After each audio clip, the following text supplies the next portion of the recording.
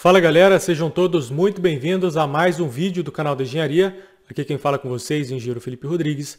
No vídeo de hoje nós vamos falar um pouquinho sobre desabamento que aconteceu no último sábado, dia 22, em Mauá. Eu vou passar para vocês todos os vídeos que eu encontrei na internet na sequência e sincronizado para que vocês possam ver em ângulos diferentes esse acontecimento. Mas para você que quer entender melhor o que aconteceu nesse desabamento e como não cometer esses erros no futuro, fique comigo até o final desse vídeo que eu garanto que vai valer muito a pena. Então, bora lá!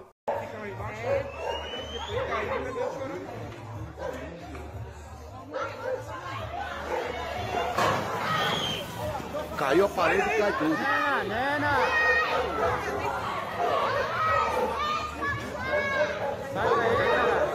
Ela vai vir pra frente, alemão.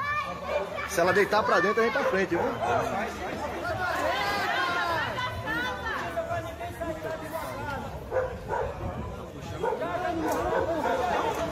Linkou aqui já, ó.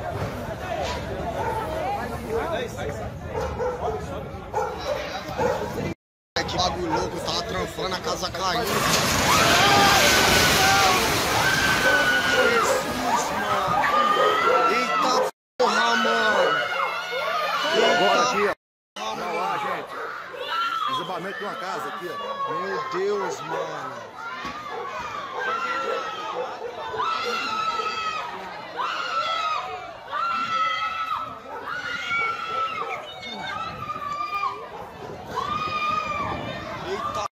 Mano, velho,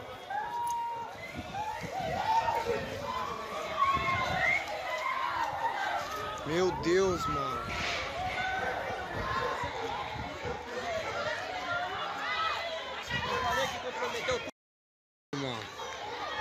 Aí, pessoal, o que aconteceu, velho? Derrubou várias casas, mano.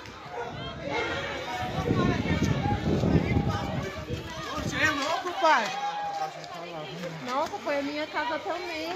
Eu não acredito. É nada. Você é louco, mano. A minha casa também foi.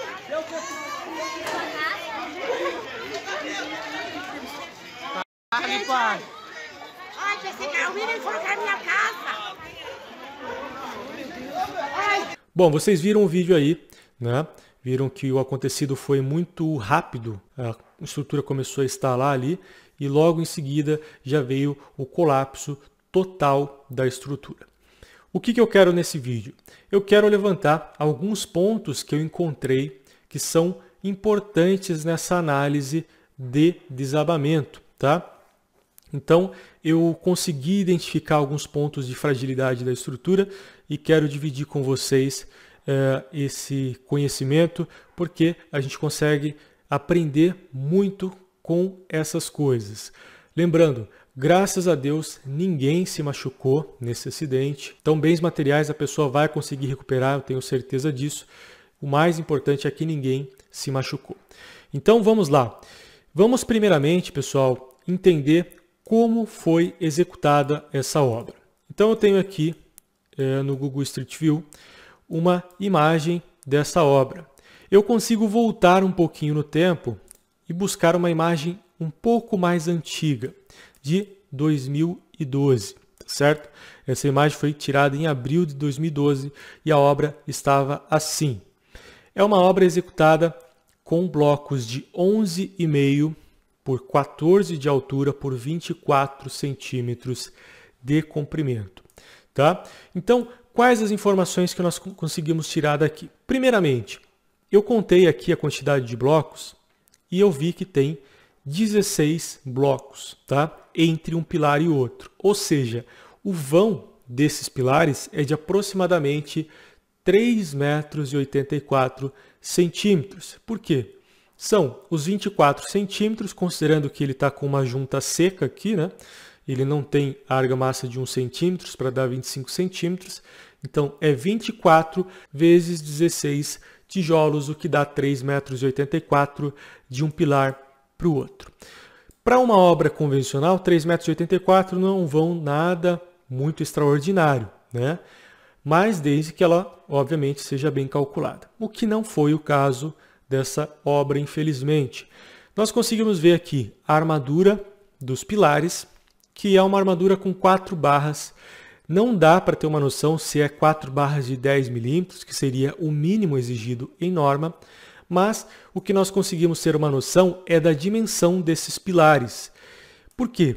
Ele tem a dimensão de largura de um bloco de 11,5, né? Então ele tem 11,5 de largura e o comprimento dele tem aproximadamente aí 15 centímetros, né? Não mais do que isso, porque nessa imagem mais recente, a gente consegue inclusive ver aqui a largura do pilar em comparação ao tijolo de 11,5 centímetros. A gente vê que é bem menos do que 2 tijolos, que daria 22, 23 centímetros, tá certo? Então eu acredito que esse pilar tenha uma seção de 12 por 15 centímetros. Então se a gente for fazer uma seção de 12 por 15, eu vou abrir aqui a calculadora para a gente fazer bem rapidinho. 12 vezes 15 centímetros, eu tenho 180 centímetros quadrados, ok? O que é uma seção equivalente à metade da seção exigida pela NBR 6118. Vamos fazer uma conta bem rápida. Eu sei que eu tenho uma área de influência aqui de 3,84 pela metade dessa largura do terreno, que eu acredito que seja um meio lote de 5 metros, né? Então, se eu tenho 3,84 vezes 2,5, eu tenho 9,6 metros quadrados de área de influência para esse pilar central aqui, tá? Para esse pilar aqui. Se eu fizer isso daqui vezes o peso médio de uma edificação como essa, que é de 950 quilos, eu tenho 9.120 quilos.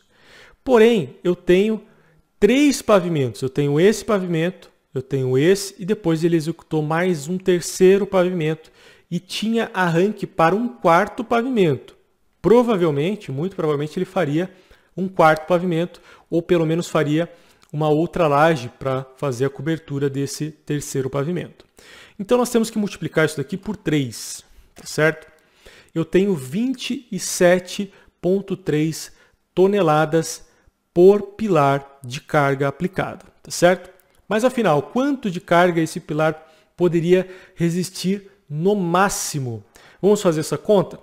Bom, eu tenho 180 centímetros quadrados no meu pilar. Considerando que um concreto batido em obra, nesse padrão de obra, não alcança nem os 15 MPa, né? Dificilmente vai alcançar os 15 MPa, mas vamos considerar essa resistência, que equivale a 150 kg por centímetro quadrado de área desse pilar. Então, 180 vezes 150, eu tenho 27 toneladas.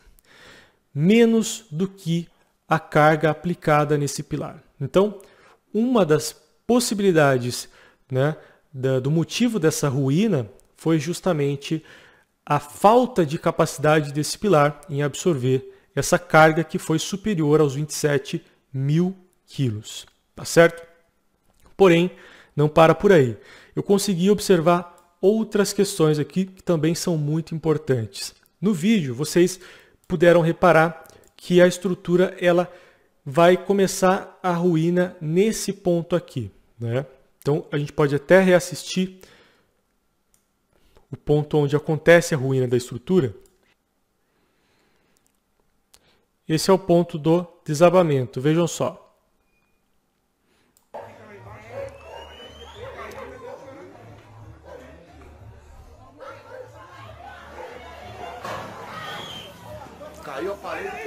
Nesse ponto começa a desplacar o concreto, a gente vê uma poeira sendo levantada ali. E reparem nesse canto aqui, ó. Se ela deitar pra dentro, a gente tá frente, viu?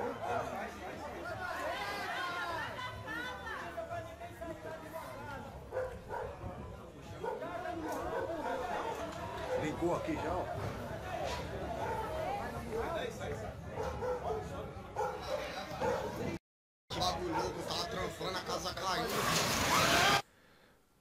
Vejam só, há uma dobra praticamente aqui bem na ligação entre a viga e o pilar. E a obra desaba da esquerda para a direita. Ok? Então, o que eu consegui aqui de informação nessa imagem? Reparem só, nós temos uma divisão bem clara entre os elementos. Eu tenho aqui uma viga, logo em cima da viga eu tenho a laje e depois o pilar. Né? Dentro da teoria das estruturas, nós temos um fenômeno, né, que a gente pode chamar assim, que é o diafragma rígido, que é a capacidade da estrutura em transmitir as tensões entre os elementos estruturais. Então, o pilar consegue retransmitir tensões para a viga, que consegue retransmitir tensões para a laje. Então, todos os elementos trabalham em conjunto para absorver e dissipar essas tensões. Porém, nessa concretagem aqui, nós vemos uma separação nítida entre esses elementos. Foi colocado até aqui, eu acredito que seja saco de cimento, entre a laje e a viga, ok? E, obviamente, também separou o pilar aqui da prumada inicial desse mesmo pilar. Isso cria um vínculo entre essas estruturas muito frágil. Basicamente, somente a armadura do pilar está ligando ali os pavimentos, o que não faz sentido nenhum estruturalmente falando. Por quê? Porque cria um mecanismo entre essas ligações. É como se esse pilar fosse um pilar rotulado. E essa ligação não tem um comportamento muito interessante falando em estruturas, ok? Então, qualquer dissipação de tensões ela vai ter que ser feita, né, única e exclusivamente naquele elemento. Ele não consegue retransmitir essas tensões para os demais elementos. Isso torna a estrutura muito, mas muito frágil, ok? Outra informação que também pode ser relevante é justamente o posicionamento das lajes, né? As lajes, nesse caso aqui, elas também não estão colaborando em nada para a dissipação de tensões, porque ela está colocada no sentido longitudinal. No meu curso, inclusive, de estruturas, eu sempre falo que é bom dar uma mudada no sentido das lajes para justamente ajudar no diafragma rígido, para que ela tenha uma inércia um pouquinho maior, para que essa dissipação de tensões seja favorecida. Mas nesse caso nem é o fator mais importante, tá certo? Outra questão é que essa obra ela foi edificada apenas com pilares de divisa. A gente até tem a impressão que tem um pilar aqui dentro, mas eu não tenho certeza. Que tem uma faixa um pouquinho mais clara aqui que dá essa impressão que é um pilar, mas eu acredito que não seja um pilar, tá? Eu acredito que essa obra foi executada apenas com pilares de extremidade nas duas divisas. E elementos de divisa geram uma necessidade da execução de uma viga de equilíbrio, uma viga alavanca, como é conhecido também aí no meio da construção civil. O que essa viga alavanca faz? Quando nós temos um elemento de divisa, ele tem que ser construído totalmente dentro do seu lote. Você não pode fazer um bloco de fundação ou uma sapata invadindo o seu vizinho, tá? Então isso é óbvio para todo mundo, acredito eu. Como isso não pode acontecer, o pilar, o centro de gravidade do pilar, ele não coincide com o centro de gravidade do elemento de fundação. Isso gera um fenômeno chamado excentricidade, que é essa diferença entre esses dois centros de gravidade. Ao aplicar uma carga no pilar, isso vai gerar um momento, e esse momento vai culminar num acréscimo de tensões em uma das faces do nosso elemento de fundação. Se eu tiver um elemento de fundação apenas, esse elemento vai sofrer uma rotação, e essa rotação vai consequentemente fazer com que haja um momento adicional no pilar que pode ser redistribuído para toda a estrutura logo acima. E para compensar isso é que nós colocamos a viga alavanca, para que ela absorva esse momento e esse bloco ou essa sapata, né, ela não venha a sofrer essa rotação, para que o pilar não sofra essas consequências.